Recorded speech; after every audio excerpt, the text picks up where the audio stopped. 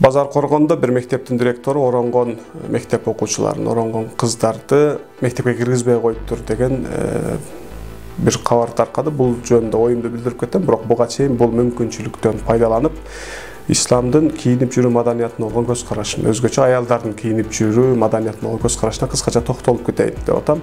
Эмне үчүн исламда оронуп жүрүү парз? Бул Куранын Нур сүрөсүнүн 31-аятына таяндырылат. Бирок ошол аят кандай абалда, кандай мааниде буйрулган? Муну так билип алып туруп, анан биз окуяны жоромолдосок бир аз туурураак болот. Бул аят түшкөн учурда аят түшө электе деле арабтарда эркектер деле, аялдар деле башына кездеме ороп жүргөн. Бул күндүн ысыктыгынан улам. Бирок аялдар башы жабык болуп, башына кездеме орогонуна карабастан көкүрөктөрүнүн белгилүү бир бөлүмүн ачып жүрүү модага айланып баштаган. Андыктан ошол Куранын аятында дагы карап көрсөңүздөр, ошол башыңыздарга оролгон, мындайча айтканда, айтпайм, бул аят түшелекте деле бир чүпүрөк бар эле. Бул чүпүрөктүн белгилүү бир бөлүгү менен көкүрөгүңөрдүн үстүн жаап жүргүлө дегендей бир мааниде болгон.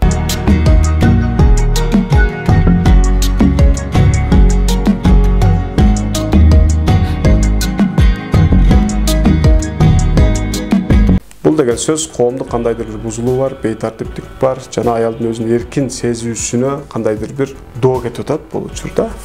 Андыктан муну жаап жүрүгүлө, ошол даяр эле башыңарга жаап жүргөн кездеменин бир бөлүгү менен көкүрөгүңөрдү жаап койгула деген мааниде буйрулган.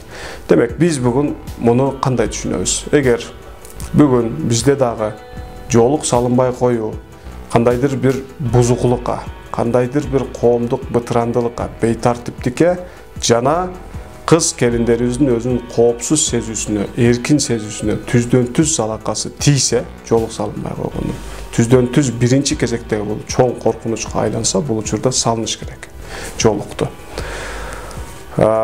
Негизи ошол Курандын буйрулган аяты бул бир кездеменин бир бөлүгү, бул бир чүпүрөк. Бул чүпүрөк менен улуу бир максатты, улуу бир идеяны ишке ашырайын дегендей мааниде болгон болчу да, бүгүн биз ошол улуу идеяны, улуу максатты аяттын аркасындагы аны түшүнбөй туруп эле ошол чүпүрөктөн өтө албай атканыбыз, чүпүрөктөн деңгээлди көтөрө албай атканыбыз көрүнүп турат.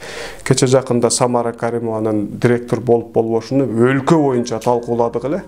Мына бүгүн чүпүрөктү дагы өлкө боюнча талкуулап атабыз. Салыныш керек, салынбаш керек деп.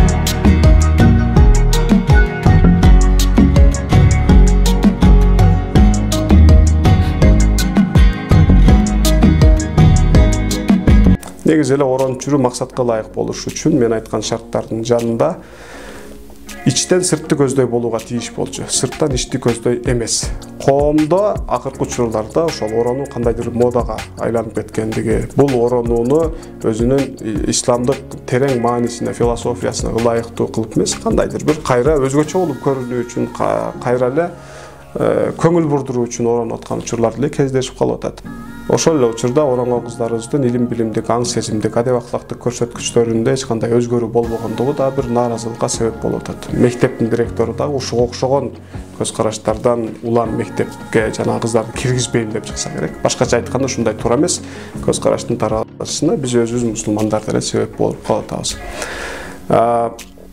Бул ушундай көз караш неге таркады? Биз оронууну сырттан ичти көздөй деп түшүндүк. Себеби биринчи эле кезекте орондуруп коюп туруп жоолукту.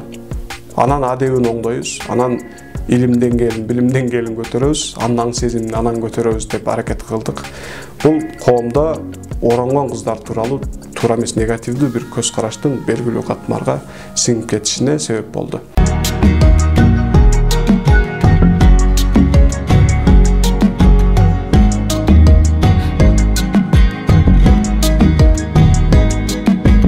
Чындыгында биринчи кезекте илим билими жогору болуш керек, аң сезимдүү болуш керек, көп китеп окуш керек, көп нерсени түшүнүш керек. Жок эле дегенде мындай жеке өзү кээ бир нерселерди анализ жасай турган, өзүнүн чечимин өзү эркин жеке тандоолору менен чыгара ала турган бир деңгээлге жеткенде, мына ошол учурда кыздарыбыз оронгондо бул ичтен сыртты көздөй бир оронуу болгон болот. жана бул туура болот болчу.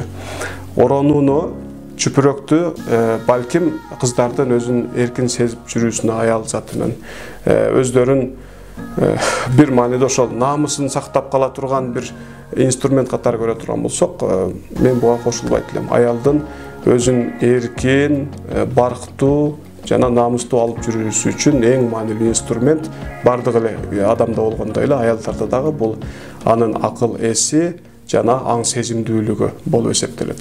Андыктан бул нерсе жок болсо, ошол адептик принциптери жакшылап отурукташа элек, аң сезимдүү түрдө өзүнүн чечимин чыгара элек боло турган болсо, бул учурда жолуга эле салынып коюу ал аялга эч нерсени алып келбейт, эч кандай коркунучтан дагы, эч кандай бейтартиптиктен дагы сактабайт жана бейиштин деле кепилдиги болуп бере албайт.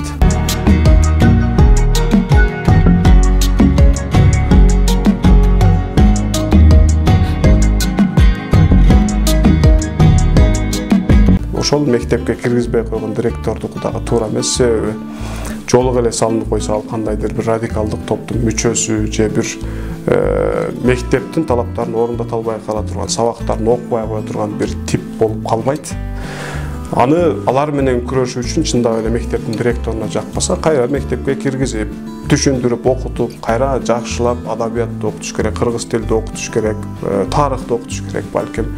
Аларды мектепке киргизбей коюу менен кайра дагы коомдон мындай четтетип койгонго барабар болуп калат. Бул эки тараптуу жанагындай агрессиянын, касташуунун күчөшүнө гана алып келет. Ал эми мектептин директору киргизбей койсо, сен киргизесиң деп туруп, ага каршы мындай бир агрессия чачкан видеолорду таратуу, билдирүүлөр таратуу, муну өлкө боюнча талкуулоонун деле кажети жок болчу. Эгер мектеп окуучулары болсо, ал карындаштарыбыз али бөбөктөр экен, кичинекей кыздар экен. Алар азыр бир жакшына сабактарын окусун, макул. Аң сезимдүү түрдө өзүн чечимин чыгарып, жолук салына турган деңгээлге келгенде балким салынып алаттыр. Азыр мектеп окуучусу экенин эске алсак, балким көпчүлүгү ата-энесинин каалоосу менен салынган болсо керек. Андыктан Кудай аларды кечирет, эчтемке болбойт.